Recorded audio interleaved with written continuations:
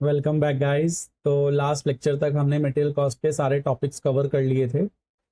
इसके बाद अब हमें कुछ एमसीक्यूज, केस बेस्ड क्वेश्चंस, कुछ बचे हुए क्वेश्चंस जो हमें शायद कुछ नॉलेज एनहांस कर देंगे टॉपिक्स की, रिलेटेड टॉपिक्स की। वैसे आपको कोई नई चीज़ इसमें नहीं पढ़नी है। Yes, the questions, the quality of questions और जो इंस्टीट्यूट ने नए क्वेश्चंस ऐड किए हैं वो भी हम यहाँ पे डिस्कस कर लेंगे। इस लेक्चर के एंड में मैं आपके साथ डिस्कस करूंगा कैसे आपको टेस्ट यहाँ पे लेना है, जो टेस्ट इस चैप्टर का होगा। एंड हम नेक्स्ट फिर चैप्टर के ऊपर जाएंगे। ऑल्सो मैं टाइम टू टाइम इस चैप्टर से रिलेटेड क्वेश्चंस वगैरह अपलोड करता रहूँगा। तो ये मत सोचना कि एक दो क्वेश्चंस ऐसे हैं जो छूट गए आपकी नॉलेज में, मैंने नहीं कराए तो पूरा कवर नहीं हुआ। सी टॉपिक सब कवर्ड है, उनसे रिलेटेड क्वेश्चन सारे कवर्ड है। All you now need to do is take the test. And इसके साथ साथ जो नए लेक्चर्स वगैरह आते रहते हैं उनमें देख लेना कि कुछ नया क्वेश्चन तो डिस्कस नहीं है, कोई नई आरटीपी एमटीपीज वगैरह डिस्कस तो नहीं है। अदरवाइज हमने अपनी तरफ से टॉपिक को पूरा 100% कवर किया है। इस डाउट में मत रहना कि आप कुछ छोड़ के जा रहे हो। नाउ मल्टीपल चॉइस क्वेश्चन में पहला आता है कि direct material can be classified as. Direct material क्या क्लासीफाई कर सकते हो आप? जैसे आपको पता है कि डायरेक्ट मटेरियल आप जितना सामान बनाएंगे, प्रोडक्ट बनाएंगे, उतना ही डलेगा, इसलिए वेरिएबल इन नेचर है। फिक्स तो हो नहीं सकता किसी भी तरह से, सेमी वेरिएबल भी नहीं है बिकॉज इसमें फिक्स पोर्शन नहीं है। और इसके अलावा प्राइम कॉस्ट, अब बच्चों को कंफ्यूजन हो सकती है कि प्राइम कॉस्ट तो नहीं है, because obviously prime cost is direct cost, direct material, direct labour and direct expenses. But क्या डायरेक्ट मटेरियल अकेला ही प्राइम कॉस्ट होता है? ऐसा नहीं है। It is part of prime cost but it is not purely prime cost. उसमें direct labour और डायरेक्ट एक्सपेंसेस भी होते हैं, which is why we will say ये वेरिएबल कॉस्ट। आई थिंक ये समझ में आया। नेक्स्ट देखते हैं, in most of the industries the most important element of cost is material, labour, overheads and administration cost. See, आप क्या एडमिनिस्ट्रेशन, किस चीज का एडमिनिस्ट्रेशन करोगे अगर कुछ बन ही नहीं रहा होगा? इन्होंने यहाँ पर बोला है मोस्ट ऑफ द इंडस्ट्रीज, तो आपका सबसे इंपॉर्टेंट एलिमेंट मटेरियल ही होता है। ऐसे क्वेश्चन पेपर में नहीं आएंगे, ये हमें भी पता है, बहुत ही बेसिक है। बट लेबर किस चीज का काम कर रहा है? Now you can also say कि सर्विसेज भी तो हो सकती हैं, बट सारी सेक्टर सर्विसेज तो नहीं होते ना। इवन सर्विसेज में भी मटेरियल का इस्तेमाल होता है। तो ओवरऑल अगर देखा जाए, होल पिक्चर देखी जाए, तो material is the most important element in your industries. इसकी कॉस्ट आपको मैनेज करना बहुत जरूरी है, ठीक है। Which of the following is considered to be the normal loss of material? Normal loss क्या होता है? वो लॉस जो आप अवॉइड नहीं कर सकते, ये नेचुरल टू द प्रोसेस है और ये होके ही रहेगा। तो पहला loss due to accidents, no, ये आप अवॉइड कर सकते हो, ये आपकी गलती है, इसका बर्डन कस्टमर पे पास ऑन नहीं किया जाता, विच is why it is abnormal in nature. Pilferage, कोई चीज छलक गई, गिर गई, ये जो आपका पिल्फरेज वगैरह है, ये आपका एबनॉर्मल इन नेचर होता है। You can handle things carefully to avoid it. Loss due to breaking the bulk, कोई बल्क में कोई चीज है और उसमें कोई चीज खराब होती है, तो this is quite normal to the process. And loss due to careless handling of material. See, आप अपना आंसर तब चुनेंगे जब आप आसपास के आंसर्स को कैंसिल आउट करेंगे। तो यहाँ पे ये सब चीजों को कैंसिल आउट करने के बाद हमें पता चलता है कि इसका आंसर है loss due to breaking the bulk. आप कोई चीज बल्क में कैरी करेंगे तो थोड़ा बहुत उसमें सामान तो खराब होने के चांसेस रहते ही हैं। नेक्स्ट आपका आता है, in which of the following methods of pricing costs lag behind the current economic values? जो कॉस्ट है आपकी वो पीछे रह जाती है करंट इकोनॉमिक वैल्यूज से। तो पहला है इसमें last in first out. Last in first out में तो लेटेस्ट प्राइस यूज होता है, आपको ये पता है। फर्स्ट इन फर्स्ट आउट में आपका, yes, first in first out में पुराना यूज होता है। रिप्लेसमेंट प्राइस तो इनफैक्ट करंट मार्केट प्राइस को ही यूज किया जाता है कि अगर हम किसी चीज को करंट मार्केट प्राइस से रिप्लेस कर दे तो वो रिप्लेसमेंट प्राइस बोला जाता है। तो ये ऑब्वियसली करंट इकोनॉमिक वैल्यू को दर्शाएगा। And weighted average somewhere mix of all the methods है, तो इसलिए हम इसको परफेक्टली यूज नहीं कर पाएंगे। Here my answer will be first in first out. Next चलते हैं, continuous stock taking is a part of annual stock taking? No. Annual होता है जो आपके साल के अंत में एक बार स्टॉक टेकिंग होती है, तो वो कॉन्टिन्यूस कैसे हो गई? ठीक है। परपेचुअल, यस, परपेचुअल का मतलब ही क्या है? जो चीज आपकी एग्जिस्टेंस में ऑलवेज रहेगी, तो परपेचुअल इन्वेंटरी सिस्टम है, इंग्लिश मीनिंग से समझाना की कोशिश की थी वर्ड से, but anyway perpetual is another name of continuous stock taking, ठीक है। ABC analysis is all together different, it is basically method of inventory control, जहां पे आप क्लासिफिकेशन करके इन्वेंटरी को कंट्रोल करने की कोशिश करते हैं, तो ये स्टॉक टेकिंग का पार्ट नहीं होता। And bin cards again inventory control का पार्ट होता है, वेयर आप उसके रिकॉर्ड्स कैसे मेंटेन करते हो, वो आप बिन कार्ड्स के थ्रू यहाँ पे क्वांटिटेटिव डेटा को रिकॉर्ड करते हो। तो again it is not stock taking, stock taking में मदद जरूर करता है पर स्टॉक टेकिंग नहीं होती है। तो यहाँ पे आपका आ गया परपेचुअल इन्वेंटरी सिस्टम। एनीवे जिसको नहीं भी पता होगा वो भी बहुत ईजिली अगर थोड़ा दिमाग लगाए तो वहां पे बी पार्ट को चूज कर सकता है।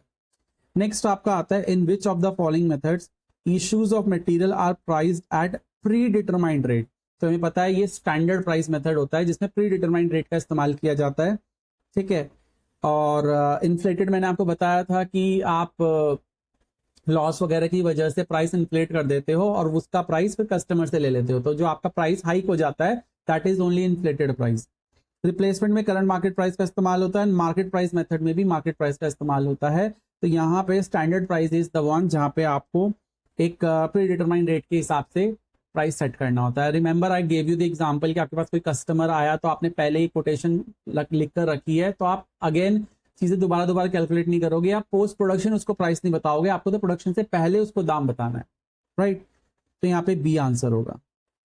फिर आपका आता है when material prices fluctuate widely the method of pricing that gives absurd result is, पहला है सिंपल एवरेज, दूसरा है वेटेड एवरेज, तीसरा है मूविंग एवरेज। ना मूविंग एवरेज सीए वाले बच्चों के कोर्स में नहीं है, सीएमए वाले बच्चों के कोर्स में है। एंड लास्ट आता है इन्फ्लेटेड प्राइस मेथड। तो आपको एक चीज बता दूं, अगर आपकी वैल्यूज बहुत एक्सट्रीम है ना, I will give you one example. जैसे आपकी एक वैल्यू ले लो 0, एक ले लो 50, एक ले लो 55, एक ले लो 60, एक ले लो 65, एक ले लो 70। अब आपके हिसाब से अगर आप इसका सिंपल एवरेज करो तो जो इसकी रिप्रेजेंटेटिव वैल्यू कहीं ना कहीं इसके नजदीक आनी चाहिए, इसके बीच में आनी चाहिए, क्योंकि values near to 50s and 60s की रेंज में है। बट जब आप ऐसा करते हो और यहाँ पे एक एक्सट्रीम वैल्यू मतलब जो बिल्कुल इनसे अलग है उसको ले लेते हो, तो आपकी वैल्यू ये लोअर साइड पे आ गई। इवन दो आपको एवरेज क्या लग रहा है कि इनके साथ होना चाहिए, कहीं ना कहीं यहाँ पे होना चाहिए, बट वो वैल्यू किधर खिसक गई, वो वैल्यू थोड़ा नीचे खिसक गई। विच इज वाई आपका जो सिंपल एवरेज है उसको अच्छा एवरेज नहीं माना जाता है, नहीं मैंने आपको बताया भी था। नेक्स्ट क्वेश्चन देखो, when the prices fluctuate widely the method that will smooth out the effect of fluctuation. See अगर बहुत ज्यादा आपकी फ्लक्चुएशन है तो सिंपल एवरेज यूज करना बेकार है, वेटेड एवरेज इस्तेमाल कीजिए। And I told you this कि वेटेड एवरेज एक्चुअली में बैलेंस्ड आंसर देता है। तो यहाँ पे आपका वेटेड एवरेज जो है वो आपको बहुत ही ज्यादा स्मूथ आउट इफेक्ट देगा, यानी प्राइसेस को बैलेंस कर देगा according to the wait.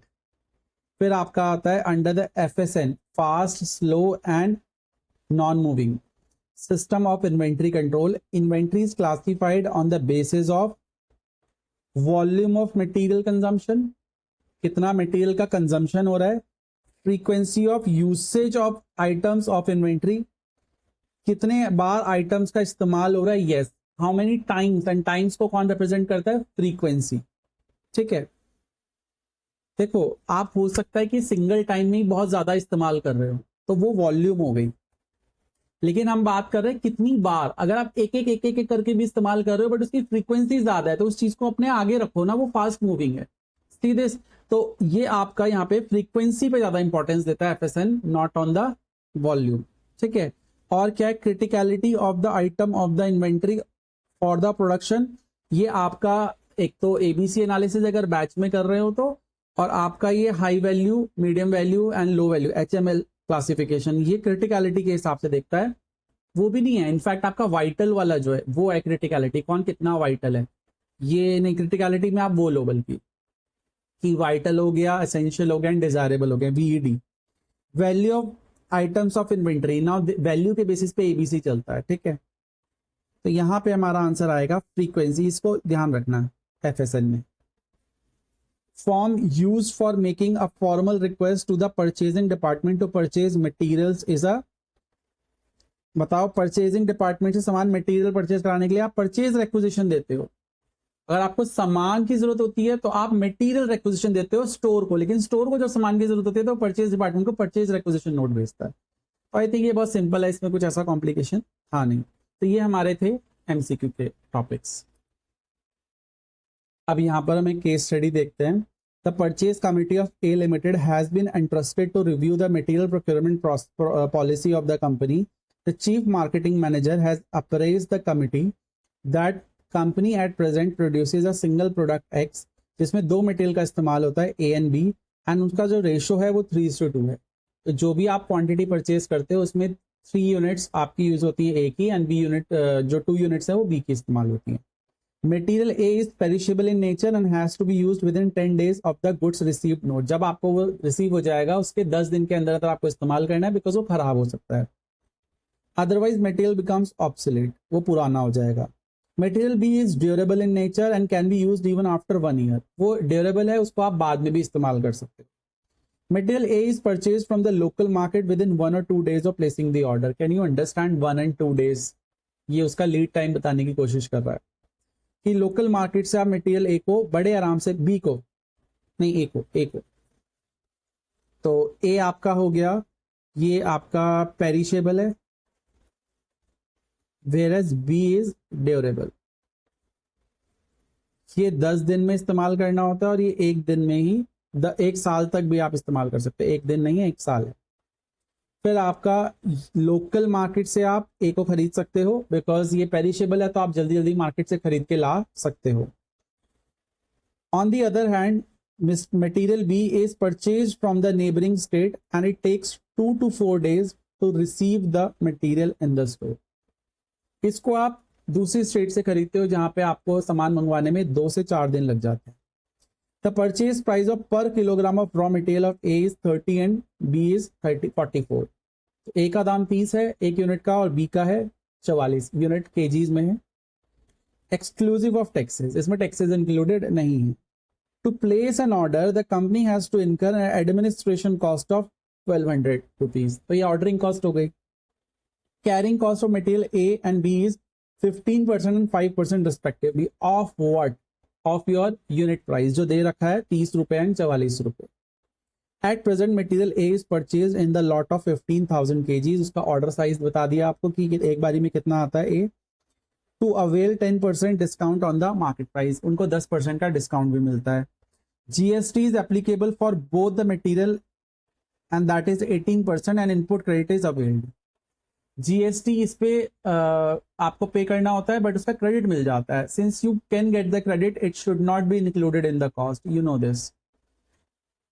The sales department has provided an estimate that the company could sell 30,000 kg in January and also projected the same trend for the entire year.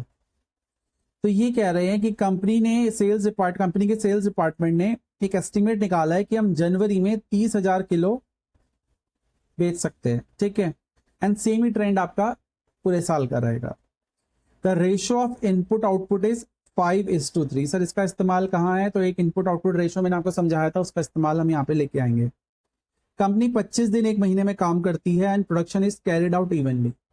Production evenly carried out होती है। तो basically अगर आपको time basis लगाना पड़े वो बताऊंगा मैं आपको, तो यहाँ पे पैटर्न एक ऑब्जर्व कर सकते हैं। जब भी ऐसा बोलता है ना इवनली, तो there is a pattern that we can observe. That pattern can be anything, but जो चीज हो रही है वो स्मूथली हो रही है। ऐसे नहीं कि एक हाफ में हो रही है फिर दूसरे में नहीं हो रही। इवनली मतलब सब जगह इक्वल तरीके से।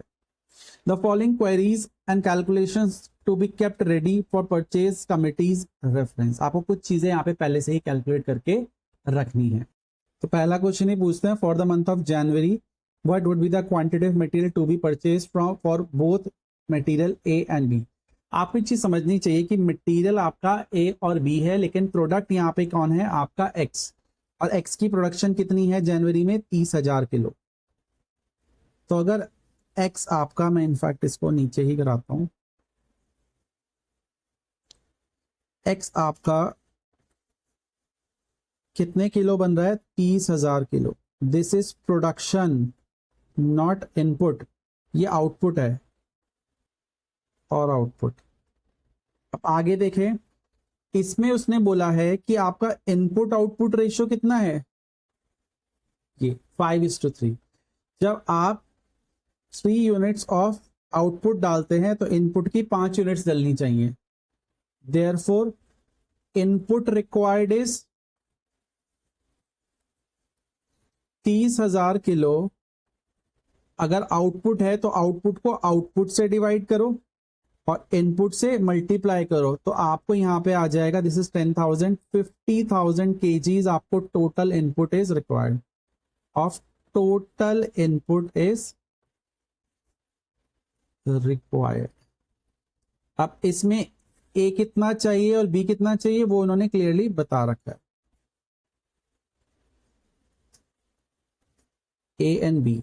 तो क्वेश्चन कहता है आपका कि ए और बी 3:2 रेशो में चलते हैं। देखो पहले तो उसने बोला आउटपुट और इनपुट का रेशो, यानी टोटल 30,000 किलो बनाने के लिए कितने किलो इनपुट की जरूरत पड़ेगी। अब उस पर इनपुट का ब्रेकअप कितना है आपका 3:2, यानी 3/5 एंड 4/5। तो 50,000 into 3/5 is 30,000 kgs and this is 50,000 into 2/5, this is 20k kgs। तो यहाँ पे 30 एंड 20 हमारा पहला आंसर आना चाहिए and that is D, right. Next आपका यहाँ पे आंसर आ गया डी। नेक्स्ट आपसे पूछा जाता है ए और बी का ईओक्यू बताओ। अच्छा, ए और बी का ईओक्यू आपका निकलेगा, सेकेंड पार्ट, ईओक्यू का फॉर्मूला, तो यहाँ पे ए का अलग निकाल लेते हैं, बी का अलग निकाल लेते हैं, ऐसा करते हैं पैरेलली निकाल लेते हैं ए एंड बी।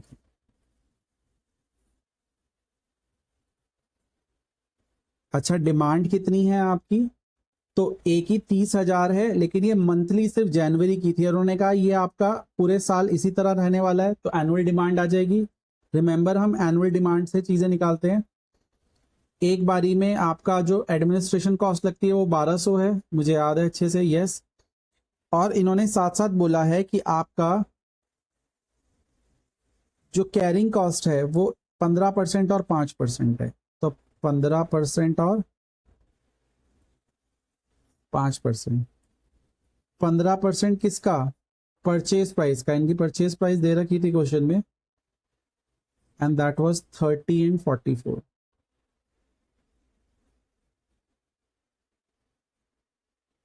सिमिलरली बी का भी आ जाएगा 2 इंटू 20,000 इंटू 12, क्योंकि इसकी जो डिमांड थी that was 20,000 monthly.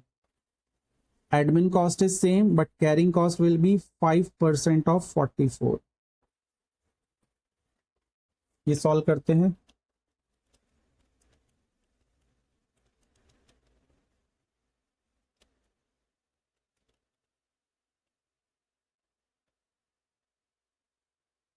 One 1,3,856.4 kgs, ठीक है।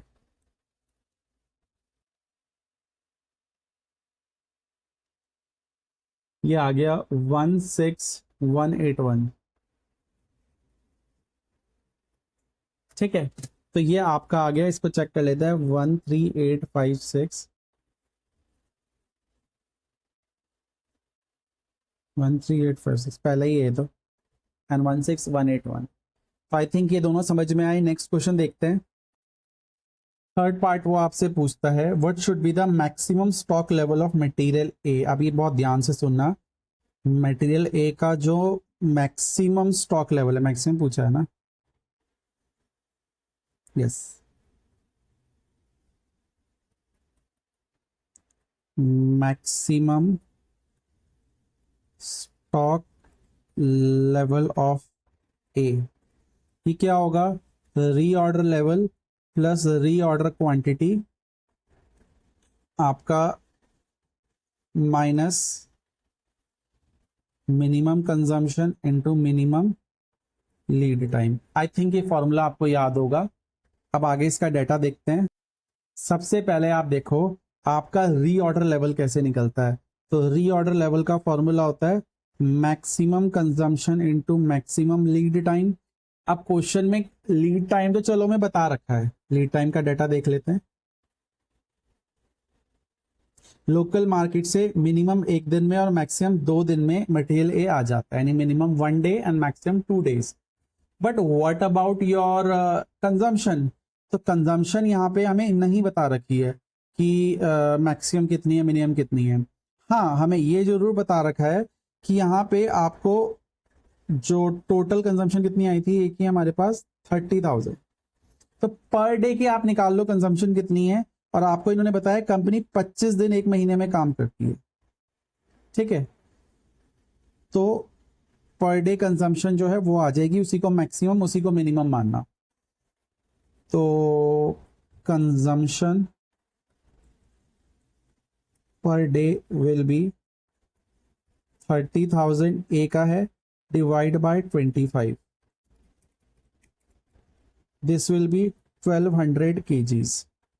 तो 1200 ही मैक्सिमम मानेंगे, 1200 ही मिनिमम मानेंगे। और लीड टाइम आपका कितना था, 1 to 2 डेज। तो यहाँ पे मैक्सिमम लेना है तो 2 के हिसाब से लेंगे, तो 2400 kgs आपका रीऑर्डर लेवल हो गया, ठीक है। अब आता है रीऑर्डर क्वांटिटी। अब इसमें बच्चे गलती क्या करेंगे, उसमें ये ईओक्यू उठा लेंगे। ईओक्यू उसने अलग से कैलकुलेट करवाया है, लेकिन अगर आप ध्यान से देखें तो इसने बोला है कि कंपनी मटेरियल ए लॉट में खरीदती है 15,000 के, तो आपको 15,000 और इस पे डिस्काउंट कितना है, 10% ऑन मार्केट प्राइस, ठीक है। खैर मार्केट प्राइस का नहीं, बट यहां पे प्लीज आप गलती से भी इस पे हैश डाल लो और लिख लेना अपने लिए, do not take EOQ value. Actually EOQ question ने डिमांड किया है, वो लोग ईओक्यू फॉलो नहीं कर रहे हैं, दे आर यूजिंग 15,000 का लॉट ओनली, ठीक है। Minus minimum consumption, and we don't know minimum consumption कितनी है, तो हम पर डे कंजम्पशन लेंगे 1200 एंड मिनिमम लीड टाइम 1 है।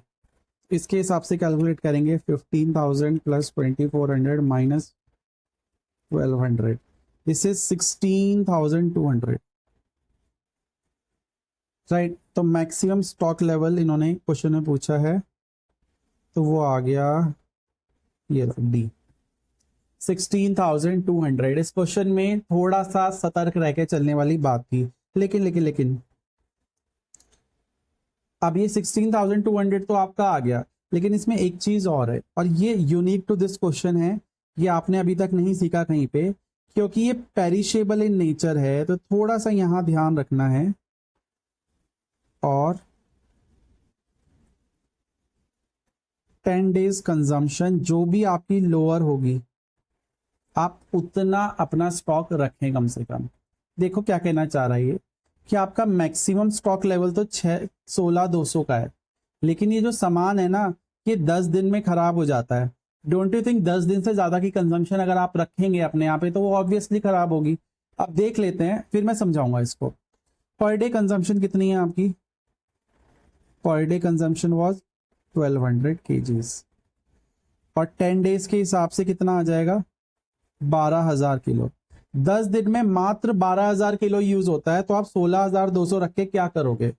Since material A is perishable in nature and this is unique to this question, ऐसा कुछ होता नहीं है कि आपको 10 दिन की कंजम्पशन रखनी, कितनी रखनी ना, फॉर्मूला यही होता है। बट इतना रख के करोगे क्या, उसने बोला है कि 10 दिन से ऊपर अगर आप रखोगे तो वो ऑब्सोलेट हो जाएगा। Since material is perishable in nature, keeping stock above 12,000 kg would become obsolete.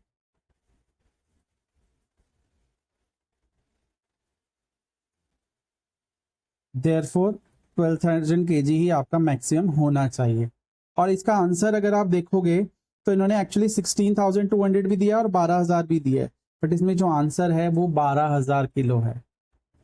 आई बात समझ में, 16,200 बच्चा टिक कर आएगा क्योंकि वो मैच कर रहा है, बट यहाँ पे आपको 12,000 को चुनना है, because this is perishable in nature.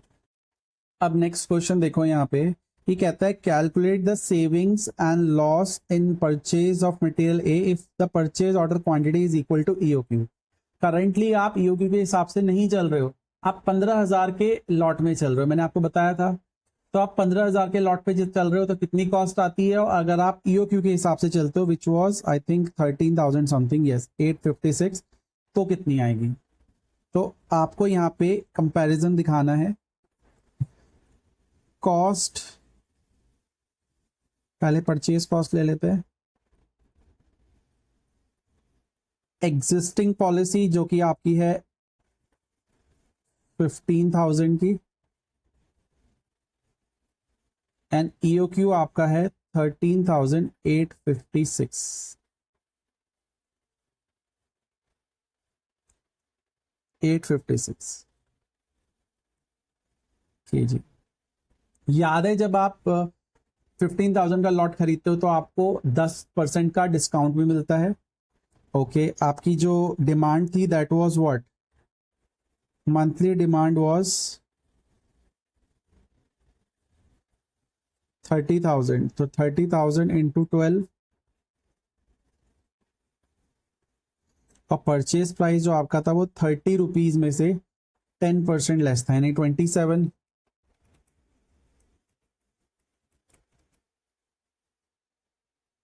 97 lakhs। But यहाँ पे 30,000 इंटू 12 इंटू 30, तो यहाँ के आपके पूरे पैसे लगने हैं, तो आपका आ गया 1,08,00,000। इसके बाद परचेज कॉस्ट के बाद आप क्या लोगे, इसमें थोड़ा सा टेबल बना लेते हैं। ओके, तो परचेज कॉस्ट के बाद ये थोड़ी टेबल बना दी मैंने। इसमें आपको ऑर्डरिंग कॉस्ट कितनी लग रही है। ऑर्डरिंग कॉस्ट का फॉर्मूला क्या होता है, number of orders D upon Q into O. अब ऑर्डरिंग कॉस्ट में एक बहुत चीज़ ध्यान से सुनना, इन लोगों ने ये ऑर्डरिंग कॉस्ट पहले ही निकलवा लेनी चाहिए थी, बट ठीक है वो कंपैरिजन में सिखा रहे हैं तो थोड़ा सा आपको हो सकता है यहाँ पे डिफिकल्ट लग जाए, बट अगर आप ओरिजिनली कैलकुलेट करते तो याद करो आपका यहाँ पर 10 दिन की कंजम्पशन मैंने बताई थी मैक्सिमम हो सकती है, उसके बाद ये मटेरियल ये ऑब्सोलेट हो जाएगा। तो आपने मैक्सिमम स्टॉक भी जब रखा था तो आपने 10 दिन की कंजम्पशन के इक्वलेंट रखा था, यानी 10 दिन के बाद आपको फिर से जो सामान रहा होगा आपका वो फेंकना पड़ेगा। तो यानी हर आपके 12,000 यूनिट्स के बाद आपका एक ऑर्डर जाएगा। क्या आप समझ पा रहे हैं, 12,000 यूनिट्स फिर एक ऑर्डर जाएगा, फिर 12,000 यूनिट्स फिर एक ऑर्डर जाएगा।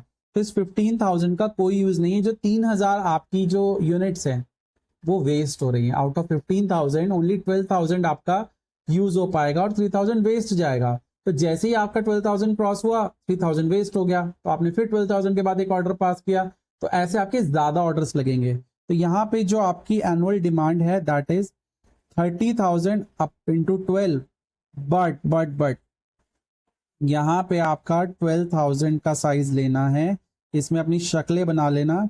रीजन इज क्योंकि यहाँ पे आफ्टर 12,000 3,000 आर वेस्टेड। सर 12,000 कैसे आया, 10 डेज कंजम्पशन। ऊपर मैंने बताया था ना कि एक दिन की कंजम्पशन कितनी है 1200, तो 10 दिन की 12,000 आ गई। तो उसके बाद आपको फिर से ऑर्डर पास करना पड़ेगा। क्या है, आप 15,000 के हिसाब से डी अपॉन क्यू करके कैलकुलेट करोगे, उससे कॉस्ट गलत आएगी, बिकॉज ऑर्डर सब ज्यादा लग रहे होंगे, आपका सामान भी तो वेस्ट हो रहा है। एक ऑर्डर के आपके पास कितना लग रहा है, 1200, तो दिस इज 36,000 रुपीज। सेम आपका ये होगा इन केस ऑफ दिस 30,000 इंटू 12, लेकिन ऑर्डर तो 12,000 के बाद ही जाएगा बिकॉज आपकी जो ईओक्यू है वो भी 13,856 है, राइट। तो ये भी आपका कितना आ जाएगा, 36,000। अब ये जो एक्स्ट्रा वेस्टेज हुई ये भी तो आपकी कॉस्ट का पार्ट बनेगी, वेस्टेज कॉस्ट। तो आपकी वेस्टेज कितनी हुई यहाँ पे 3,000 यूनिट्स की, एंड यहाँ पे 13,856 थे ना, तो 1,856 1856 आपकी यूनिट्स वेस्ट हुई हैं, इनटू कितने ऑर्डर्स थे ये, तो आपका ऑर्डर कितना बना यहाँ पे, can you guess the order size.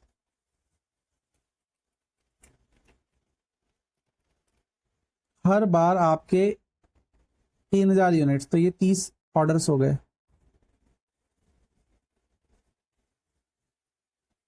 समझ पा रहे हो ना, ये मैंने क्या किया, मैंने अपना जो 12,000 है और 3,000 है, उन दोनों की कॉस्ट ले ली, यानी 15,000 पूरा ऑर्डर फिनिश किया है, जिसमें से ऑर्डरिंग कॉस्ट सिर्फ आपकी हर बार कितने पे लगेगी, 12 के बाद लगेगी। जो एक्स्ट्रा 3,000 है उसकी वेस्टेज होगी आपकी, तो वेस्टेज की कॉस्ट भी तो आएगी। और ये आपका 27 के हिसाब से आपका ऑर्डर लग रहा था, याद है 10% कॉस्ट थी। तो ये जो वेस्टेज हो रही है 30 इंटू 3,000 इंटू 27,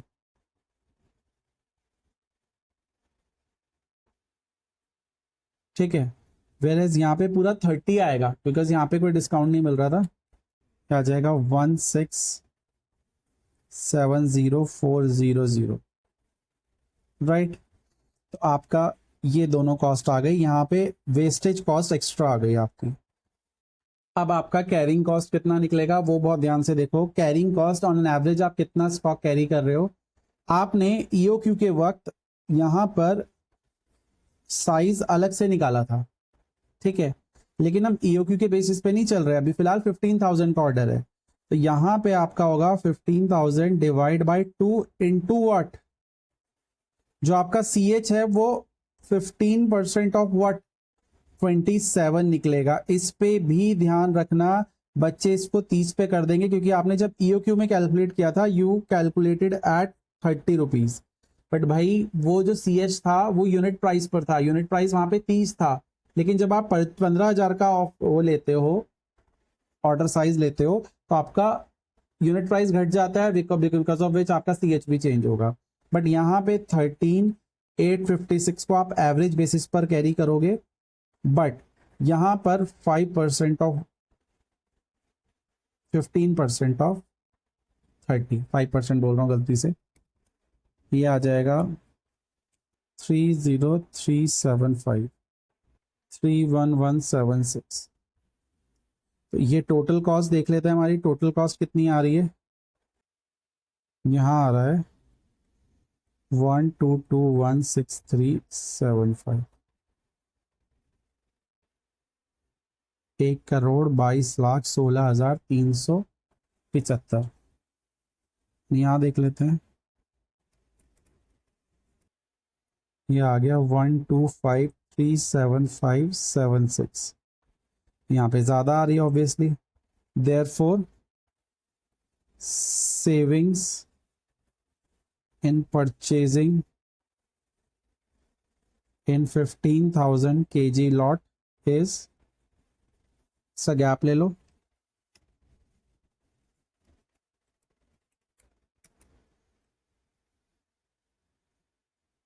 $3,21,201।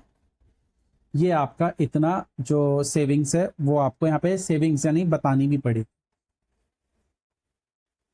नेक्स्ट क्वेश्चन देखते हैं, what should be the minimum stock level of material ए। तो चलो इसको सॉल्व करते हैं, मटेरियल ए का ही निकालना है मिनिमम। मिनिमम स्टॉक का फॉर्मूला क्या होता है, that is your reorder level minus average consumption into average lead time. Reorder level हमने निकाला था 2400, एक ही पूछा है, क्योंकि अब एवरेज कंजम्पशन कैसे निकालेंगे आप, तो एवरेज कंजम्पशन निकालने के लिए आपको maximum consumption plus minimum consumption divide by 2 करना पड़ेगा। वो कितना आएगा आपका, अब आपको पता होगा तो हमारा मैक्सिमम कंजम्पशन भी 1200 था और मिनिमम भी 1200 में बताया ही नहीं है, या तो ऐसे कर लो या सीधा 1200 लिखो वहां पे। अच्छा, लीड टाइम आपका एवरेज लीड टाइम कितना है, तो 1 to 2 डेज था ना, याद है 1 to 2 डेज, तो 1.5 डेज ये आपका आ गया। तो ये आपका आ जाता है 600 kgs मिनिमम लेवल। तो यहाँ पे है 600, एंड यस हमने थर्ड का आंसर भी देखना है। ये तो 600 इसका आ गया, एंड इसका प्रॉफिट था 321,201 321,201, यस। तो ये आपका एक क्वेश्चन बहुत अच्छा था, केस स्टडी का क्वेश्चन था, एंड इसमें कुछ यूनिक सा आपने सीखा है, दैट इज आपका जो पहली बात तो मैक्सिमम लेवल का केस सीखा है आपने कि ऑब्सोलेट हो जाता है, तो वो बहुत अच्छा यहाँ पे सिनेरियो था। अब इसके कुछ और क्वेश्चंस करते हैं जो थोड़े से आपको रेपिटेटिव लगेंगे पास्ट ईयर के, और फिर अल्टीमेटली इस चैप्टर गुड बाय कहेंगे। ठीक है, चलो आगे देखते हैं। देखो एक क्वेश्चन है, ये आपका इंस्टीट्यूट ने बाद में ऐड किया था मॉड्यूल में। तो ये क्वेश्चन एक जेनरिक क्वेश्चन है जो कहता है एक कंपनी है एबीसी लिमिटेड जो 4 प्रोडक्ट बनाती है ABCD एक सेम फैक्ट्री में, और आपको बताया कि फिनिश गुड्स की जो पैकिंग कॉस्ट है वो 4,600 रुपये है। एनीवे जो प्रोडक्ट्स हैं वो आपके are packed in boxes where each box is having a capacity of 24 units. तो जो आप ये प्रोडक्ट्स बना रहे हैं ABCD, ये फाइनल प्रोडक्ट्स हैं। तो इसके अंदर जो बॉक्सेस लग रहे हैं, एक बॉक्स के अंदर 24 फाइनल प्रोडक्ट आते हैं। हमें नहीं पता हम कितने पीसेस बना रहे हैं, आगे देखेंगे। प्रोडक्ट A और B जो है वो बड़े बॉक्सेस में पैक होते हैं, लार्जर बॉक्सेस में, वेयर C और D जो है वो स्मॉलर बॉक्सेस में होते हैं जो कि आधे दाम के होते हैं। तो अगर C और D के बॉक्सेस का दाम X है तो उसका 2X मान लो, या फिर बड़े बॉक्सेस का प्राइस X है तो इसका X/2 मान लो, जैसे भी कर लो। कहता है each box contains only one type of product, लेकिन एक बॉक्स में एक ही टाइप का प्रोडक्ट आएगा, मिक्सिंग नहीं चलेगी। बहुत अच्छी बात है। आपको बताया है कि कितने बड़े और कितने स्मॉल बॉक्सेस यूज हुए हैं, उनकी कॉस्ट बताओ और एलोकेट करो जो कॉस्ट है सब में। जो 4,600 है इसको बांटना है आपने। ठीक है, पहली बात तो हमें और क्या दिया है, कहता है कि इनपुट मटेरियल हमारे पास, यानी रॉ मटेरियल जो होता है इनपुट मटेरियल, हम आउटपुट की बात कर रहे हैं, ABCD आपके आउटपुट है। इनपुट मटेरियल हमें कितना दिया है यहाँ पे, 600, 400 यूनिट, 400 यूनिट और 200 यूनिट, और बताया कि एवरेज यील्ड उनकी इतनी इतनी है।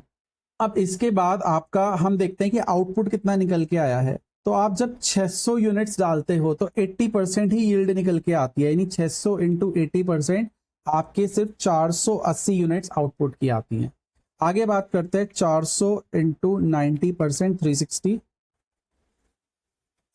400 इंटू 96%, 384, एंड 200 इंटू 72%, 144। राइट, और ये क्या कहता है कि आपका एक बॉक्स के अंदर 24 यूनिट आती हैं। ठीक है, one box can contain 24 units. तो आपके नंबर ऑफ बॉक्सेस आ जाएंगे, आप सबको 24 से डिवाइड कर दो तो 20 बॉक्स आ गए। मिक्सिंग तो अलाउड नहीं है, 360 डिवाइड बाय 24, दिस इज 15,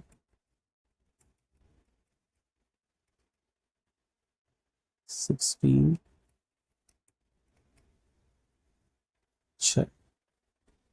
इसके बाद ये क्या बोलता है आपसे कि जो 20 बॉक्स लगे हैं, 15 बॉक्स लगे हैं, अब जो आपके 35 बॉक्सेस हैं, इन वाले बॉक्सेस के लिए तो कॉस्ट लगती है आपकी जितनी बॉक्स लगती है उसका आधी लगती है इसमें। तो हम क्या करते हैं, let small box cost be X, therefore large box cost would be 2X। ऐसा आप उल्टा भी ले सकते हो, अगर लार्ज बॉक्स से X ले रहे हो तो स्मॉल का X/2 भी ले सकते हो, बट मुझे लगता है फ्रैक्शन से चीजें ज्यादा कॉम्प्लिकेटेड हो जाएंगी, तो you take X for smaller box, तो उसका 2 टाइम्स ले लेना। तो 35 टाइम्स 2X, इसका मतलब क्या हुआ, कॉस्ट ऑफ लार्ज बॉक्सेस कितनी हो जाएंगे, दिस विल बी, यानी ये हो जाएगा 70X, this will be 35 into 2X, and cost of small boxes कितना हो जाएगा, दिस विल बी 16 प्लस 6, तो ये 22X हो जाएगा। राइट, और ये इक्वल आ रही है 4600 के। ये जो कॉस्ट है 4600 के इक्वल आ रही है, ये आपको अगर याद हो तो ऊपर देख लो, 4600 के इक्वल है। इसको सॉल्व कर लेते हैं, 70X प्लस 22X, X की वैल्यू आ जाएगी 50, देयरफॉर 2X करेंगे, ये आ जाएगा price of small boxes 50 and large boxes 100। अब हमें ये दोनों निकाल लिए हमने, तो हमने एलोकेट कर देना पैकेजिंग कॉस्ट। तो आपके कितने कितने बॉक्सेस लग रहे थे? 20। Allocating cost ABCD 20 into 100 2000। इसके कितने बॉक्सेस थे? 15। 15 इंटू 100 1500। लेकिन इन दोनों के लिए 16 और 6 के लिए लगेंगे 50-50।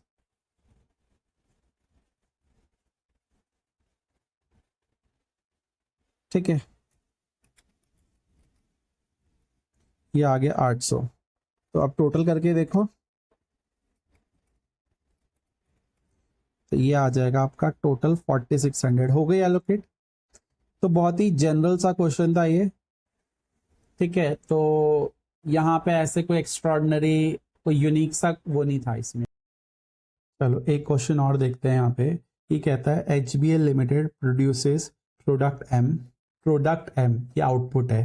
कहता है which has a quarterly demand of 20,000 units. ये इनपुट की डिमांड नहीं है। कहता है each product requires 3 and 4 kgs of material X and Y। चलो हमें एनुअल डिमांड पता चल जाएगी X और Y की, क्योंकि हमारा जो इनपुट है वो X और Y है। तो प्रोडक्ट की डिमांड है 20,000 और X और Y 3 और 4 किलो। 3 और 4 किलो। तो कहना ही से ये 60,000 है और ये 80,000 है। आगे देखते हैं। मटेरियल एक्स आपका लोकल सप्लायर से आ जाता है। Can be procured at factory stores at any time, hence no need to keep the inventory of material X. The truck material Y is not locally available, इसलिए उसको बाहर की state से परचेज करना पड़ता है। एक स्पेशली डिजाइंड ट्रक कंटेनर जिसकी कैपेसिटी 10 टन है। खैर इस क्वेश्चन में आपका जो डाटा है वो किलोग्राम में है, तो एक चीज याद रखना, एक टन में 1000 किलो होता है। तो यहाँ पे आपका किलो उसी हिसाब से निकाल लेना। एक ट्रक में 10 टन आता है। फिर कहता है कि इनका परचेज प्राइस एक्सक्लूडिंग जीएसटी इतना है। तो आगे चल के बोलता है जीएसटी पे इनपुट क्रेडिट अवेलेबल है, तो जीएसटी हमें वैसे भी नहीं लेना, तो ये जीएसटी किसी काम का नहीं है। ठीक है, अगर ये बोलता है इनपुट क्रेडिट नहीं है तो फिर हम प्राइस इंक्लूड करके जीएसटी का फिर वो प्राइस अपना फाइनल प्राइस मानते हैं। बट यहाँ पे हम 140 और 360 640 को ही फाइनल प्राइस मानेंगे। फिर कहता है फ्रेट पर ट्रिप। अब ट्रिप किस में जरूरत पड़ेगी? ट्रिप इसमें तो जरूरत पड़ेगी नहीं, क्योंकि हम ये तो स्टोर ही नहीं करते हैं, हम ये तो लोकल सप्लायर से ले आते हैं। ये बाहर से मंगवाना पड़ता है, तो हर ट्रिप का 28,000 रुपये लगता है, रिस्पेक्टिव कितनी क्वांटिटी आ रही है। लेकिन एक ट्रक में 10 टन ही आ सकता है, तो आप ये देखो आपका कितना सामान आएगा, राइट? उस हिसाब से आपकी 28,000 रुपये से मल्टीप्लीकेशन हो जाएगी। एक ट्रिप का 28,000 है, तो जितने ट्रक आएंगे, जितनी ट्रिप वो लेंगे, उसके हिसाब से पैसा लगेगा। कहता है ट्रांजिट में आपका यहाँ पे तो ट्रांजिट हो ही नहीं रही है, यहाँ पे आपका 2% मतलब लोकल स्टोर से आ रहा है, उसमें कोई लॉस नहीं हो रहा है। ट्रांजिट तो हो रही होगी, बट ऐसे स्पेशलाइज्ड कंटेनर में नहीं आ रहा, तो ऐसा कोई लॉस नहीं है। और प्रोसेस में 4 और 5% का लॉस है। तो कहना ही से आपका आउटपुट यील्ड कितनी हो गई? ये आपकी हो गई फॉर x 100 माइनस 4%, यानी 96%, क्योंकि 4% का लॉस हो रहा है। वहाँ पे y के केस में आपका 2% एंड 5% का लॉस हो रहा है। तो कहना ही से 93% आपका आउटपुट निकल के आ रहा है। कहता है कॉस्ट पर केजी निकालो और ईओक्यू निकालो दोनों मटेरियल का। तो सबसे पहले हम कॉस्ट पर केजी निकालेंगे। पहली बात तो कितना केजीज हमें यहाँ पे रिक्वायर्ड है, तो हमारे पास इनपुट है, इनपुट रिक्वायर्ड फॉर एक्स और वाई, ये कितना है आपका 60,000 और 80,000। बट ये तो हमारी शायद हाँ मंथली नहीं क्वार्टरली डिमांड है, तो एनुअल भी कर लेते हैं इसको। 2,40,000 किलो, 3,20,000 kgs। बट आपने इनपुट परचेज रिक्वायर्ड नहीं, यहाँ पे परचेज लिखते हैं, एक्स का कितना करा है और वाई का कितना करा है, क्योंकि हमारे पास जब सामान आता है तो उसका लॉस भी होता है, तो हमें थोड़ा ज़्यादा खरीदना पड़ेगा, राइट। तो रिक्वायर्ड कितना है वो तो हमें पता है कि 2,40,000 किलो एंड 3,20,000 किलो है, बट इनकी यील्ड तो बहुत ही कम है। इसकी है 96%, बहुत कम नहीं है, थोड़ी कम है, 93%। तो आपका एक्चुअली में रिक्वायर्ड कितना है परचेज, क्योंकि कुछ तो नुकसान भी होगा, हमें अल्टीमेटली इतना चाहिए, थोड़ा ज़्यादा खरीदना पड़ेगा। तो कहना इसे दिस डिवाइड बाय दिस, 2,40,000 अगर मेरे पास जब आएगा तो वो आपका लॉस के बाद का होना चाहिए। ऐसा मान लो कि अगर मेरे पास 2,40,000 है और ये लॉस की बाद की यूनिट को रिप्रेजेंट कर रहा है 96 को, तो 100% को क्या रिप्रेजेंट करेगा, तो this divide by this into this, तो आपका ये आ जाएगा 2,50,000 kgs, whereas this will be 344,086.02 kgs, तो ये आ जाएगा इतना। ठीक है, अब हमारे पास क्वेश्चन में पूछा है कि आपको निकालना है कॉस्ट पर केजी, तो कॉस्ट कितनी कितनी लग रही है वो देख लो। तो यहाँ पर परचेज प्राइस कितना है आपका, तो परचेज प्राइस में जीएसटी नहीं लेना है, 140 एंड 640। और क्या बोला इन्होंने, कहता है फ्रेट पर ट्रिप आपका 28,000 है, इधर तो है नहीं। अब जीएसटी पे आपको नोट जरूर डालना है, ये चीज़ मत भूलना कि जीएसटी पे आपको नोट डाल के चलना है। अच्छा, परचेज प्राइस ये पर यूनिट था, तो आप टोटल परचेज प्राइस भी तो ले लो।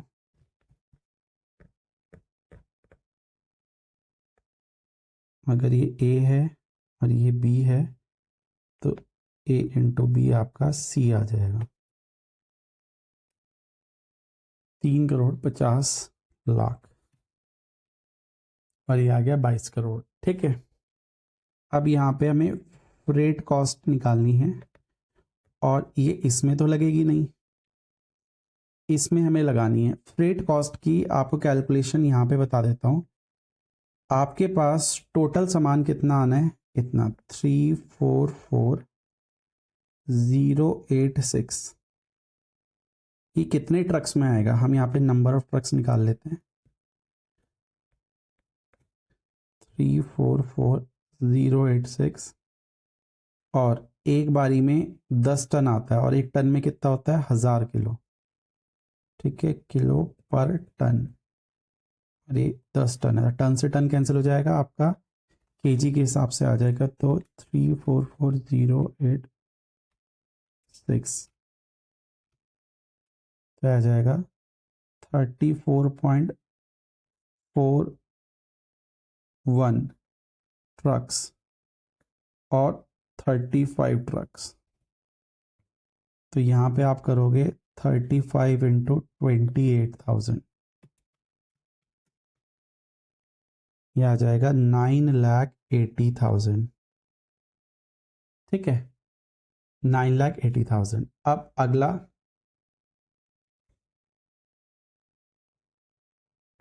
टोटल कॉस्ट निकाल लो।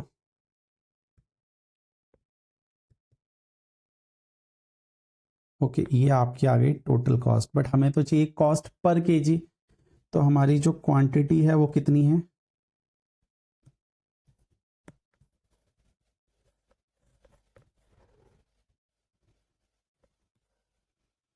ये है 2,40,000 एंड उसकी थी 3,20,000।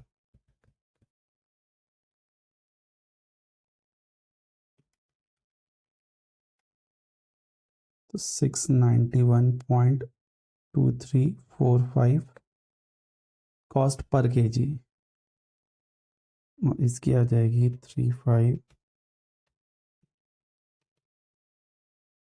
145.83 पर केजी कॉस्ट पर केजी।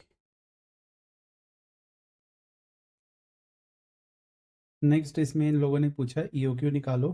तो देखो दोनों मटेरियल का ईओक्यू फॉर्मूला आपको पता है, बट यहाँ पे ध्यान से देखो मटेरियल नंबर ए को कैरी करने की कोई कॉस्ट ही नहीं है। Y so? बिकॉज हम वहाँ पर उसको स्टोर ही नहीं कर रहे हैं, तो कैरी क्या करेंगे? तो इसमें ईओक्यू तो ज़ीरो ही आना है, since no C H as we are not storing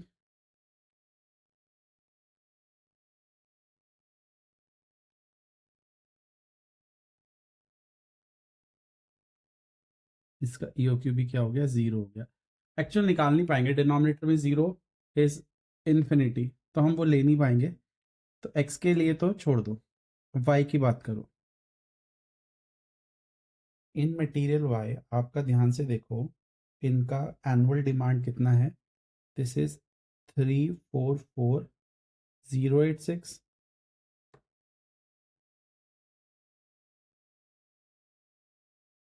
right. इनका जो ऑर्डरिंग कॉस्ट है वो आपका आ जाएगा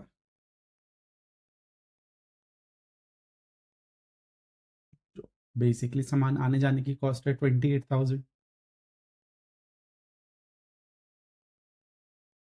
पर ऑर्डर पर ट्रिप है। अब कैरिंग कॉस्ट कैसे लें? तो कैरिंग कॉस्ट के लिए ध्यान से देखिए, कॉस्ट पर केजी आपको कितना है? इतना। परचेज प्राइस नहीं, वो 640 था, लेकिन आपको कितनी कॉस्ट पड़ रही है? इतनी। और इसमें आपका जो कैरिंग कॉस्ट है that is given 15% per annum. कि बेसिकली बैंक को जो आप पे कर रहे हो फाइनेंस कराने के लिए, बेसिकली जो इन्वेंट्री कैरी कर रहे हो, आप इन्वेंट्री कैरी कर पा रहे हो बिकॉज आप उसको फाइनेंस करा रहे हो, तो ये आपकी कैरिंग कॉस्ट का पार्ट बनता है। रिमेंबर मैंने इंटरेस्ट कॉस्ट ये सब बताए थे शुरुआत में जब क्वेश्चंस किए थे। तो कैरिंग कॉस्ट आपकी हो जाएगी 15% ऑफ 691.23। तो ये आ जाएगा 691.23 इंटू 15%, 103.68 पर केजी पर एनम। तो इसका ईओक्यू निकल जाएगा 2 इंटू 344086 13621 केजी। ठीक है, ये बेसिकली डेसिमल में आ रहा है, आप मैंने इसको राउंड ऑफ कर दिया, नियरली इक्वल टू ले लिया। थोड़ा ऊपर नीचे हो सकता है बिकॉज ऑफ सच डेसिमल्स, तो इसमें कोई पंगा नहीं है। ठीक है, ये के क्वेश्चन मैंने आपको कराया। और क्वेश्चन देखते हैं इसके आगे। चलो नेक्स्ट क्वेश्चन करते हैं। सर आपकी ड्रेस बदल गई obviously, because this is new day for me not for you. Let's continue the lecture. तो यहाँ पे एक नया क्वेश्चन है जो इंस्टीट्यूट ने इंट्रोड्यूस किया है था अपने नए मॉड्यूल में। तो ये आपका मई 27 का मॉड्यूल है आईसीआई का, सीए इंस्टीट्यूट का। तो उनका ये क्वेश्चन है एंड वेरी गुड क्वेश्चन। एक लेंदी क्वेश्चन है, इसमें कुछ ऐसा डिफिकल्ट नहीं है बट थोड़ा लेंदी है, मैकेनिकल है और सारी चीजें टेस्ट करता है आपकी, तो वो हम यहाँ डिस्कस करेंगे। एक XYZ एंटरप्राइज है जिसमें डिफरेंट डिफरेंट बेवरेजेस बिकती हैं। यहाँ पे ये लोग 3 तरह के जूस बेचते हैं जिनकी मंथली डिमांड आपको दी है। अगेन फोकस, ये एक मंथली डिमांड है और हमें एनुअल डिमांड की जरूरत पड़ती है, तो हम इसी ऑब्वियसली 12 से मल्टीप्लाई करेंगे। और यहाँ पे जो डिमांड दी है वो आपको बेवरेजेस की दी है, बट हमें तो इनपुट यानी मटेरियल की डिमांड चाहिए होती है। तो इन्होंने बाद में बोला है 1 लीटर एप्पल जूस बनाने के लिए, ऑरेंज जूस बनाने के लिए और आपको ग्रेप जूस बनाने के लिए 6 एप्पल्स चाहिए होते हैं, और यहाँ पे आपको चाहिए होते हैं 3 ऑरेंजेस। फोकस करना, इन्होंने पहले एप्पल जूस बोला है, ऑरेंज जूस बोला है, लेकिन जो डिमांड दी है वो पहले एप्पल्स की दी है पर लीटर। तो आप इनपुट की डिमांड चाहते हैं, आउटपुट की डिमांड नहीं चाहते। ठीक है। एंड ग्रेप्स में इन्होंने बोला है कि हमें 5 kgs ऑफ ग्रेप्स लगते हैं पर लीटर। ये तो मंथली आएगा और फिर ऑब्वियसली हम इसको 12 से मल्टीप्लाई जब कर देंगे तो ये डिमांड आ जाएगी एनुअल डिमांड ऑफ इनपुट्स। कोई ओपनिंग और क्लोजिंग नहीं है यहाँ पे, तो इसलिए हमें कोई टेंशन नहीं है यहाँ पे कंजम्पशन निकालने के लिए। फिर कहता है आपका कि आपके पास ऑप्शन है कि आप आइदर या तो लोकल फार्मर से लो। अब ग्रेप्स के केस में कहता है ग्रेप्स आपके लोकल फार्मर्स नहीं देते तो वो आपको इंपोर्ट करना पड़ेगा। तो पहला ऑप्शन हो गया इन case of oranges and apples आप फार्मर से ले लो और ग्रेप्स के केस में उसको बाहर से मंगवा लो, लेकिन आप उसे होलसेलर से भी ले सकते हो। तो ऑप्शन दो ही है, एक तरफ है होलसेलर, होलसेलर आपको ग्रेप्स भी दे देगा, लेकिन अगर आपको फार्मर से डायरेक्ट लेना है, मंडी से जाके डायरेक्ट लेना है, तो आप यहां पे याद रखना आपको ग्रेप्स को इंपोर्ट करना पड़ेगा। तो इंपोर्ट और फार्मर्स एक साइड हो गए और होलसेलर अलग साइड हो गया, दो ऑप्शन है। कहता है कंपनी के पास फ्लेक्सिबिलिटी है कि वो कितनी भी क्वांटिटी परचेज करे अगर वो होलसेलर से लेते हैं तो वहां पे कोई फिक्स क्वांटिटी नहीं है, आप जितना चाहे उतना लेके आए। आपको 5 किलो चाहिए आप 5 किलो ले आओ, आपको 5000 किलो चाहिए आप 5000 किलो ले आओ। लेकिन अगर आपको फार्मर से या इंपोर्ट करना है, जैसे मैंने बोला वो दोनों एक ही ऑप्शन है, बस ग्रेप्स के केस में इंपोर्ट हो जाता है, यानी इंटरनेशनल फार्मर से अगर आपको लेना है तो वो कहता है आपको मिनिमम क्वांटिटी के साथ साथ रहना पड़ेगा, और वो मिनिमम क्वांटिटी यहां पे बताई हुई है। पहला है ऑरेंजेस, होलसेलर से आप कितनी भी क्वांटिटी खरीदो जैसा ऊपर बोला है, लेकिन फार्मर से 7,20,000 किलो तो खरीदने ही पड़ेंगे। प्राइस आपको पड़ेगा 18 रुपए का, यहां पड़ेगा 15 का, ऑब्वियसली फार्मर से सस्ता पड़ेगा, लेकिन आपको यहाँ पे सॉर्टिंग वगैरह खुद करनी पड़ेगी, सॉर्टिंग एंड फाइलिंग खुद करनी पड़ेगी, अपने आप अलग करो इसको, ट्रांसपोर्ट करोगे तो थोड़ा महंगा पड़ेगा। बेसिकली जो होलसेलर है वो तो आपको ट्रांसपोर्टेशन का कॉस्ट बचा देगा ना, बिकॉज ऑब्वियसली आपको फार्मर तक जाने की जरूरत नहीं है। एनीवे उस समय कुछ नहीं करना है, यहाँ पे आपको कॉस्ट डिफरेंस ही पता चल रहा होगा, यहाँ 5,000 है और यहाँ 20,000 है। साथ साथ आपको पाइलिंग एंड सॉर्टिंग भी खुद करनी पड़ेगी, ठीक है। फिर लोडिंग कॉस्ट आपको कितनी दे रखी है, 10 रुपए पर 50 किलो। अब हमें पर केजी के हिसाब से पता होती तो ज्यादा अच्छी होती। इन्होंने बोला 50 किलो के हम 10 रुपए लेते, ठीक है, तो आप इसे पर केजी निकाल लेंगे। ऐसी अनलोडिंग बोला है, यहां भी बोला है दोनों में। फिर एप्पल्स में आ जाता है कितनी भी खरीदो, यहाँ 3,60,000 खरीदना ही पड़ेगा, यहाँ 12 का पड़ेगा, यहाँ 10 का पड़ेगा। यहाँ पे आपको ट्रांसपोर्टेशन 11 की पड़ेगी, लेकिन यहाँ पे 16,200 की पड़ेगी आपको, क्योंकि सॉर्टिंग एंड फाइलिंग खुद करनी पड़ेगी। लोडिंग अनलोडिंग यहाँ पे भी वैसे ही बताया है, पर केजी नहीं बताया, तो आपको पर केजी में कन्वर्ट कर लेना है। सर पर केजी कैसे कन्वर्ट करेंगे, जैसे 50 है, 2 रुपीज पर 50 केजी, तो ये 0.4004 पर केजी आ जाएगा। आप सीधा सीधा डिवाइड कर दो ना, पर केजी का रेट आ जाएगा। होलसेलर और इंपोर्ट है, इसमें अगर ग्रेप्स हैं तो इंपोर्ट होगा, तो आपको 1,50,000 किलो तो खरीदने ही पड़ेंगे। अगेन प्राइसेस का डिफरेंस है, बट ट्रांसपोर्टेशन का भी डिफरेंस है। और यहाँ पे आपको ये आ गया, अब बेसिकली ग्रेप्स में आपको सॉर्टिंग एंड पाइलिंग नहीं करनी पड़ेगी, वो उसकी कॉस्ट नहीं दे रखी है यहाँ पे। और लोडिंग अनलोडिंग फिर से इन्होंने लॉट वाले प्राइस के लॉट के हिसाब से प्राइस बताया। फिर कहता है transportation sorting and piling is the cost per purchase order. ये ऑर्डरिंग कॉस्ट है, जितनी बार ऑर्डर करोगे उतनी बार लगेगी। तो यहां पे क्वेश्चन में ये आपसे कॉस्ट पर केजी जब कैलकुलेट करवाएंगे ना, बेसिकली परचेज प्राइस पर केजी, तो उसमें तो ऑर्डरिंग कॉस्ट नहीं आती। याद है आपको, आप किसी भी जब इन्वेंट्री कॉस्ट वगैरह निकालते हैं और प्राइसिंग का डिफरेंस होता है, तो आई टोल्ड यू कि पहले परचेज प्राइस निकालो, फिर ऑर्डरिंग कॉस्ट और फिर कैरिंग कॉस्ट। तो जो इन्होंने ये दिया था ना कि आपको जैसे यहां दिया है 20,000 और 1,500, तो ये 20,000-1,500 एक्चुअली में इसका पार्ट है, ये एडमिन कॉस्ट का पार्ट है, this is not purchase price. समझ में आए ये चीज, तो इसको वहां लेना। और कैरिंग कॉस्ट के लिए आगे बोलता है ये, वो देखेंगे हम। कहता है इसके केस में इंपोर्ट ड्यूटी आपको लगेगी ग्रेप्स के केस में, जिसपे आईटीसी अवेलेबल नहीं है। अगर आईटीसी अवेलेबल नहीं है, इनपुट टैक्स क्रेडिट अवेलेबल नहीं है, तो वो कॉस्ट का पार्ट बनेगा। और कॉस्ट का पार्ट कहां बनेगा, तीनों कॉस्ट में कहां बनेगा, परचेज प्राइस पे बनेगा, ऑर्डरिंग कॉस्ट पे बनेगा, या कैरिंग कॉस्ट पे, तो वो परचेज प्राइस का पार्ट बनेगा, ये याद रखना, because it is tax that you are not getting credit for, तो it is part of cost.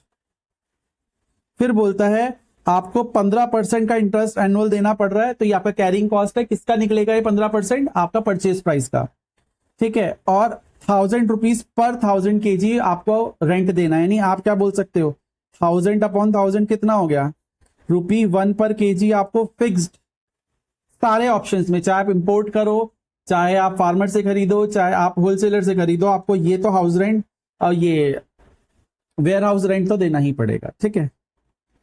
कहता है आपको कैलकुलेट करना है total purchase cost for each material, oranges का अलग, एप्पल का अलग, ग्रेप्स का अलग, इन सब का अलग से कैलकुलेट करके बताना है होलसेलर केस में और फार्मर्स और इंपोर्ट के केस में। फार्मर्स और इंपोर्ट एक साथ रखो।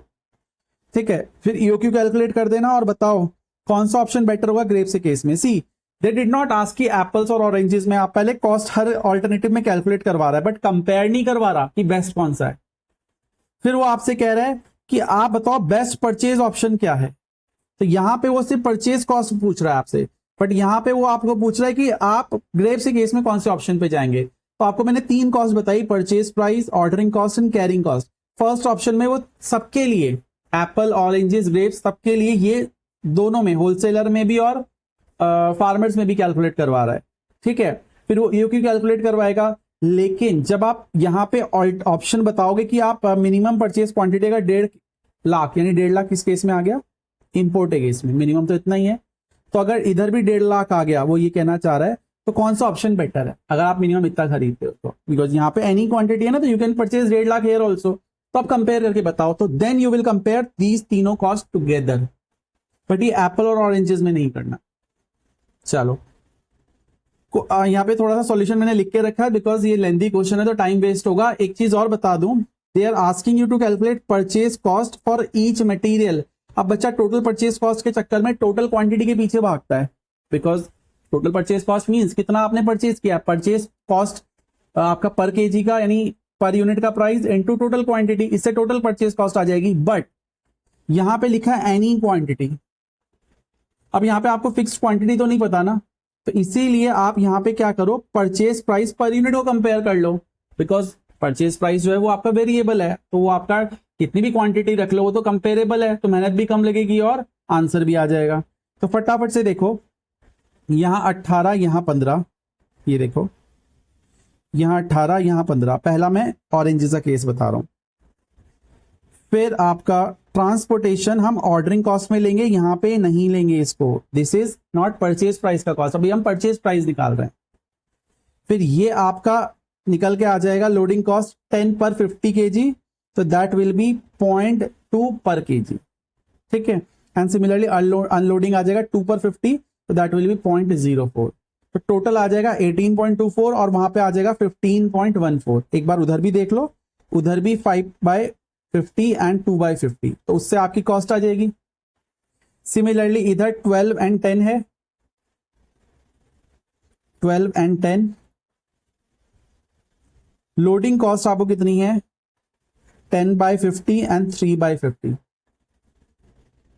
तो ये 10/50 is this and this is 3/50, 0.06. then 2/50 and 2/50 unloading cost आ गई, तो 2/50 एंड 2/50 ये आपकी अनलोडिंग कॉस्ट आ गई। टोटल कॉस्ट आपको पता चल गई कितनी कितनी है, यहाँ पे कंपैरिजन नहीं मांगा। ठीक है, फिर 32 एंड 25, दिस विल बी आपका ऑर्डरिंग कॉस्ट, तो इसको छोड़ दो, ये एडमिन की कॉस्ट है, ऑर्डरिंग कॉस्ट है, इसको नहीं लेंगे अभी। ठीक है, और आपका ये 10/50 and 25/50, you can see 32 and 25, 10/50 and 25/50। ठीक है, एंड ये 5/50 है, ये 2/50, 2/50 है दोनों जगह, 2/50। यस, इसके साथ साथ परचेज प्राइस का जो पोर्शन है वो इंपोर्ट ड्यूटी भी लगेगा, बिकॉज ये टैक्स आपका रिफंडेबल नहीं है, तो ये कॉस्ट का पार्ट बनेगा। तो 8% of what, 8% of basic price. इसका बेसिक प्राइस क्या है, 25 रुपए, तो 25 रुपए का 8% कितना आ गया, 2 रुपीज। तो यहां पे एक ये चीज बच्चा भूल जाता है टोटल कैलकुलेट करते वक्त, डोंट फॉरगेट दिस। ठीक है, अपनी शक्लें बना लेना इसमें। अब नेक्स्ट आता है आपका, कहता है ईओक्यू निकालो अंडर बोथ ऑप्शंस। ईओक्यू के लिए हमें डिमांड पता होनी चाहिए, हमें ऑर्डरिंग कॉस्ट पता होनी चाहिए और हमें कैरिंग कॉस्ट पता होनी चाहिए। एक एक करके बात करेंगे। सबसे पहले डिमांड की बात करेंगे। तो रिमेंबर आई टोल्ड यू कि 60,000 लीटर्स आपको मंथली डिमांड थी, तो आपने 12 से मल्टीप्लाई करा, but this is demand of the output product, not input. Material का ये डिमांड नहीं है। तो उन्होंने बोला था 1 लीटर में 3 किलो लगते हैं, तो 60,000 लीटर में कितना लगेंगे, 60,000 इंटू 3। सिमिलरली एप्पल्स के लिए, सिमिलरली ग्रेप्स के लिए। If you don't remember, see this, ये मैंने आपको कराया था पूरा, ये एनुअल डिमांड दे देगा आपको, राइट। ये सब मैंने कंपेयर करके यहां पे लिख दिया। माई एनुअल डिमांड केम इतनी इतनी, ठीक है। अब ऑर्डरिंग कॉस्ट याद है आपको, 5,000, 11,000 एंड 3,000, 5,000, 11,000, 3,000। इधर कितनी थी, 20,000 और 1,500, यानी 21,500, 16,200 एंड 15,000। 21,500, 16,200 एंड 15,000। आई थिंक समझ में आया ये। अब इसके बाद कैरिंग कॉस्ट के लिए थोड़ा सा पढ़ेंगे। कैरिंग कॉस्ट में इसने बोला है 15%, 15% of what, purchase price, original purchase price नहीं, जो आपका टोटल परचेज प्राइस आया, यानी ये इसका 15, इसका 15, समझ में आ रहा है हर ऑप्शन में, इसका 15, इसका 15, इसका 15 और इसका 15, सबका 15% आप निकालेंगे तो लिख लेते हैं 18.24, 12.24 एंड 32.24।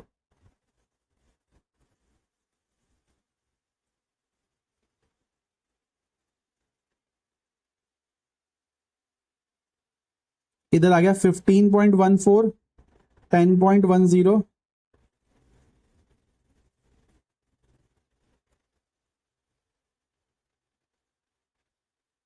ये आ गया, ये आ गया, एंड 27.54।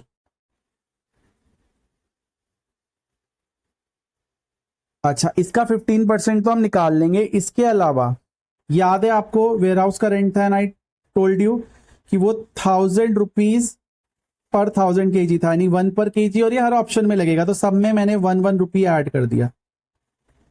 ये सब करने के बाद मेरे पास टोटल कैरिंग कॉस्ट भी आ जाएगी। फटाफट से इसका टोटल कर लेते हैं, ठीक है। तो ये मैंने कॉस्ट कैलकुलेट करके रख दी आपके लिए, इतनी इतनी आपकी कैरिंग कॉस्ट आएगी। अब सिंपली हम ईओक्यू कैलकुलेट कर पाएंगे होलसेलर के केस में, एंड अगर फार्मर्स का केस है या इंपोर्ट का केस है तो हम इसको अलग अलग कैलकुलेट कर पाएंगे, बिकॉज हर ऑल्टरनेटिव में कैलकुलेट करना है। ये फॉर्मूला होता है, एक कैलकुलेट करते हैं पहले, 2 इंटू एनुअल डिमांड कितनी है, ये आ गई आपकी 21,60,000। ओके, ऑर्डरिंग कॉस्ट कितनी आई इनकी, होलसेल केस है 5,000,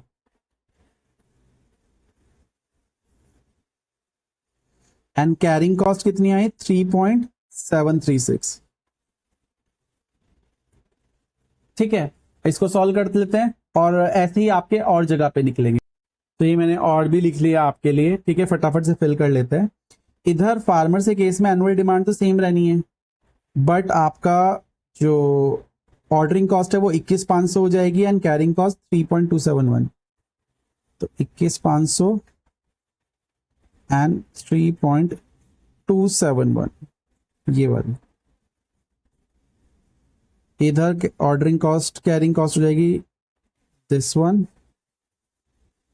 इधर 2.515, इधर 5.836, एंड इधर हो जाएगी 5.131। अच्छा, ऑर्डरिंग कॉस्ट 11,000 और 3,000,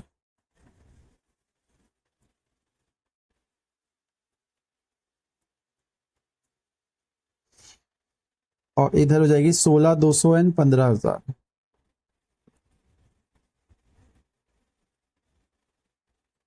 ठीक है, आप सिर्फ एनुअल डिमांड फिल करनी है। एप्पल्स की एनुअल डिमांड है 14,40,000 और इनकी है 3 लाख।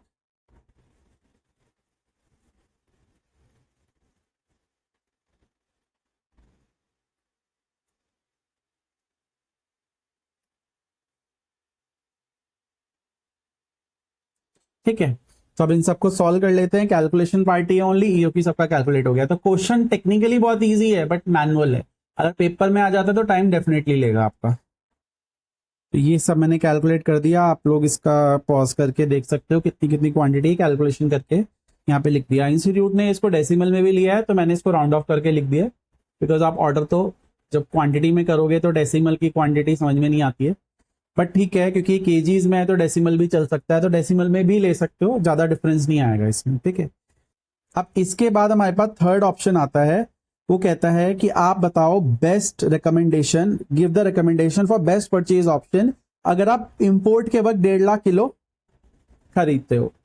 अब इंपोर्ट के वक्त तो आपकी मजबूरी हो गई कि आपको 1.5 लाख एक बारी में खरीदना पड़ेगा, यानी साल के आपके 2 ऑर्डर्स लगेंगे। Why 2 orders?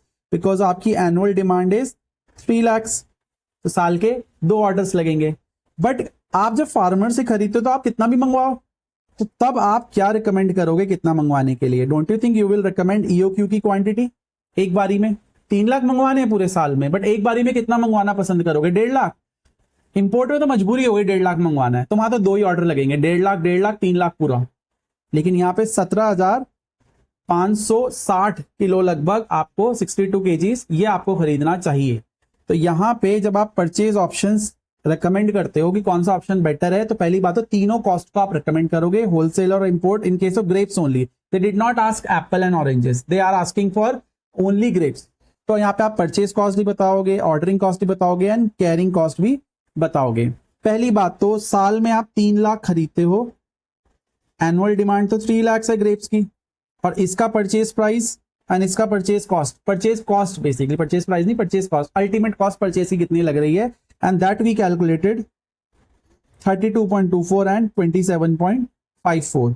तो इतना आपने मल्टीप्लाई करा, ठीक है, इसको निकाल लेंगे अभी। फिर ऑर्डरिंग कॉस्ट कितनी लगेगी, तो remember number of orders that is calculated by D upon Q, and इसके अलावा ऑर्डरिंग कॉस्ट। चलो आपके यहाँ पे नंबर ऑफ ऑर्डर्स कितने लगेंगे? 3 lakh divide by 17,000, I think 562 था, यस। कितने ऑर्डर्स लगेंगे? 3 लाख 562, 17.08 ऑर्डर, 17 ऑर्डर्स ही मान लेते हैं इसको। एंड यहाँ पे 3 लाख आपको मिनिमम परचेज ही 1.5 लाख की करनी है, यहाँ पे तो ऑप्शन ही नहीं है। बस ऑर्डरिंग कॉस्ट से मल्टीप्लाई कर देंगे, we can get our total ordering cost. चलो जल्दी से देखते हैं इनकी ऑर्डरिंग कॉस्ट कितनी है ग्रेप्स के केस में। यहाँ 3,000 है, वहां 15,000 है, ठीक है, 3,000 एंड 15,000।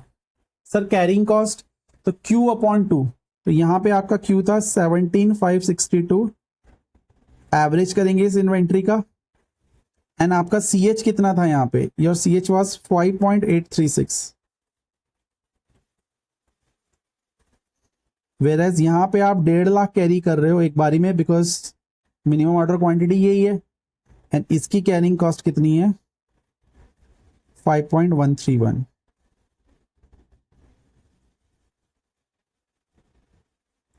तो हम यहां पे भी कैलकुलेट कर सकते हैं, बस जिसमें टोटल कॉस्ट मिनिमम आएगी वो ले लेंगे। तो सबसे पहले आपका ये आ जाएगा 3,32.24, दिस इज 9,672,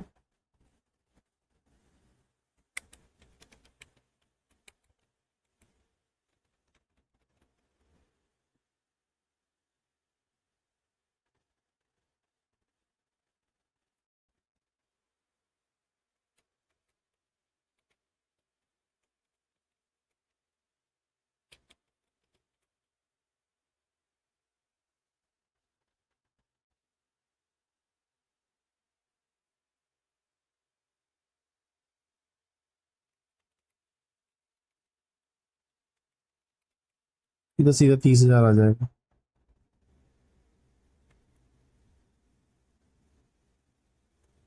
ठीक है ना, यहाँ पे आएगा ये 17,562 डिवाइड बाई 2 तो 5.836।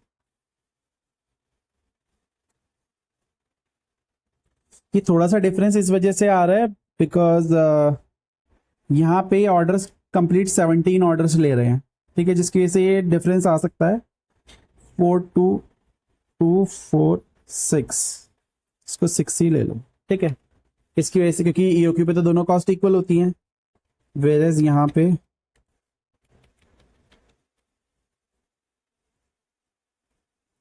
ऑर्डरिंग कॉस्ट, कैरिंग कॉस्ट थोड़ी ज़्यादा आएगी, ऑर्डरिंग तो कम है, कैरिंग कॉस्ट ज़्यादा आएगी बिकॉज आप ज़्यादा क्वांटिटी में इसको कैरी कर रहे हो। 8262,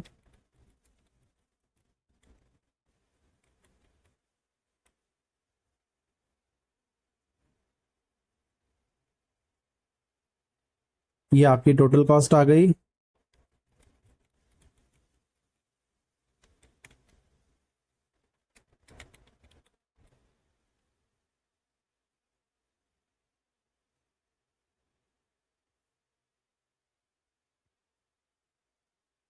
ये आपकी आ गई total cost under wholesaler. Therefore for grapes import option is recommended।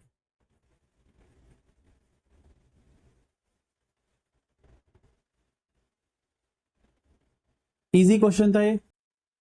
तो गाइस मैंने सारे अपने इस शीट के क्वेश्चंस चेक कर लिए हैं। जो क्वेश्चंस रह गए हैं वो मुझे लगता है कि they are quite repetitive and उन टॉपिक्स पर हमने इतने अच्छे अच्छे क्वेश्चंस कर लिए कि अभी कोई गुंजाइश बची नहीं है करने को। तो आप कितना भी टाइम लगा लो, but I want to save your time. देखो मेरा टीचिंग का तरीका एक इंट्यूशन बेस्ड और एक रैपिड तरीके से ज़्यादा डिटेल में कराने का रहता है। तो I don't want to waste time, इसलिए मैं लेक्चर्स का टाइम भी अपना लंबा नहीं रखता हूँ।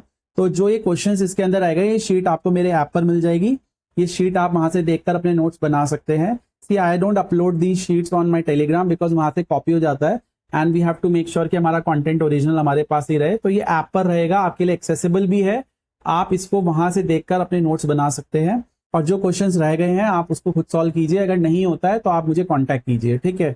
इसके अलावा टेस्ट की बात करें तो टेस्ट मेरे ऐप पर भी अपलोड होगा, यानी जो मटेरियल कॉस्ट का फोल्डर है उसके अंदर ये कॉन्सेप्ट शीट भी आएगी एज वेल एज उसके साथ साथ मेरा ये टेस्ट भी आएगा। ये टेस्ट आपको लेना है, उसके अंदर टाइमिंग्स लिखी हुई हैं, ये एमसीक्यू भी है और इसके साथ साथ सब्जेक्टिव क्वेश्चंस भी हैं, जैसा कि दोनों इंस्टीट्यूट के पेपर्स में आता है। दोनों तरह के क्वेश्चंस होते हैं, तो वो आप यहाँ पे लेंगे और उसके बाद आपको यहाँ पे एक आंसर की भी मिल जाएगी।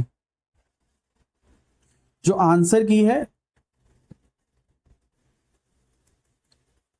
और जो टेस्ट है ये दोनों ऐप पर आ जाएंगे, आपको वहां से लेने हैं और उसके बाद इसकी आंसर की वहां से चेक करनी है और अपने इस परफॉर्मेंस को मेजर करना है। अगर आपको लगता है आपकी आंसर की जो है वो आंसर की से आपका जो टेस्ट है वो बहुत बेकार हुआ है, तो फिर आप मुझे कांटेक्ट करें, अपनी पीडीएफ बनाकर मुझे भेजें और वो उस पीडीएफ को I analyse and I tell you कि क्या गलती हुई है। ऑल्सो कुछ टेस्ट बाद में होंगे जहां पे मल्टीपल चैप्टर्स का टेस्ट होगा, तो वहां पे I also take the sheets from you in PDF form and I analyse it, जिससे कि आपकी परफॉर्मेंस मैं आपको बता सकूं। एंड ट्रस्ट मी, अगर आप मेरे से जुड़े रहेंगे तो आपकी परफॉर्मेंस बहुत बहुत ज्यादा इंप्रूव होगी, ये मेरा वादा है आपको।